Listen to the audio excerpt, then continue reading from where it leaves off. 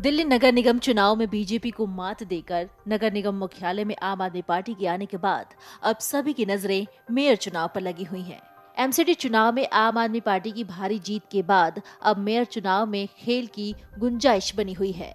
ऐसे में कहा यह जा रहा है कि बीजेपी नहीं चाहती कि आम आदमी पार्टी को दिल्ली में अपना मेयर बनवाने में कोई मुश्किल हो। दरअसल बीजेपी ने एमसीडी मेयर चुनाव की रेस में खुद को इसलिए अलग कर लिया है क्योंकि वो चाहती है कि आम आदमी पार्टी अपने चुनावी वादों में फंसकर खुद ही नुकसान करवा ले। सूत्रों के मुताबिक बीजेपी विपक्ष में बैठेगी ताकि वादे पूरा नहीं हो पाने की स्थिति में आम आदमी पार्टी को बहानेबाजी का मौका नहीं मिल पाए। बीजेपी को लगता है कि आम आदमी पार्टी ने चुनाव में कई ऐसे बड़े बड़े वादे कर लिए हैं जो व्यवहारिक नहीं हैं, इसलिए उन्हें पूरा कर पाना लगभग असंभव है। अगर आम आदमी पार्टी अपने किए हुए प्रमुख वादों को पूरा करने में असफल रहती है तो बीजेपी को अगले चुनावों में उस पर हमला करने के बड़े मौके हाथ लग जाएंगे।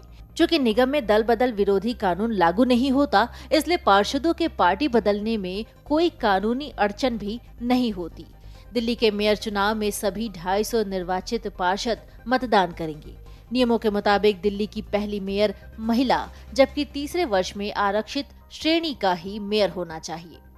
बीजेपी के एक अन्य पदाधिकारी का कहना है कि एमसीडी चुनाव में बीजेपी के खिलाफ माहौल बनने का एक मुख्य कारण ये भी था कि दिल्ली सरकार ने फंडिंग रोक दी थी, जिससे एमसीडी कर्मियों की सैलरी लटक जाती थी।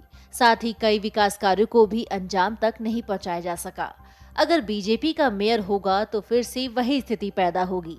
ऐसे में मेयर चुनाव से दूरी बनाना ही ठीक है। वहीं आम आदमी पार्टी के राज्यसभा सांसद संजय सिंह ने बीजेपी पर उनके पार्षदों को धमकाने का आरोप लगाया था। उन्होंने कहा था कि बीजेपी हमारे पार्षदों को लुभाने की कोशिश कर रही है। उन्होंने ये भी कहा था कि ये आम आदमी पार्टी के निर्वाचित पार्षद हैं, उन्हें खरीद पाना असंभव है। मैं दिल्ली के पुलिस कमिश्नर से अपील करता हूं कि पार्षदों की खरीद फरोख्त करने के प्रयास में जुटे या धमकी दे रहे लोगों को गिरफ्तार किया जाए। उधर बीजेपी ने भी इसी तरह का आरोप आम आदमी पार्टी पर लगाया है। बीजेपी के राष्ट्रीय प्रवक्ता शहजाद पूनावाला और पार्टी के दिल्ली प्रदेश प्रवक्ता हरीश खुराना ने कहा कि कथित आम आदमी पार्टी नेता शिखा गर्ग ने आनंद विहार की बीजेपी पार्षद मोनिका पंत को पार्टी बदलने के लिए फोन किया था। उन्होंने आरोप लगाया कि शिखा ने मोनिका से कहा था कि अगर वो बीजेपी छोड़कर आम आदमी पार्टी में आ जाती हैं तो उन्हें अपने क्षेत्र के लिए ज्यादा फंड दिया जाएगा। और इसी सब के बीच बीजेपी ने एमसीडी मेयर चुनाव की रेस से खुद को अलग कर लिया है। Video desk अमरउजाला.com।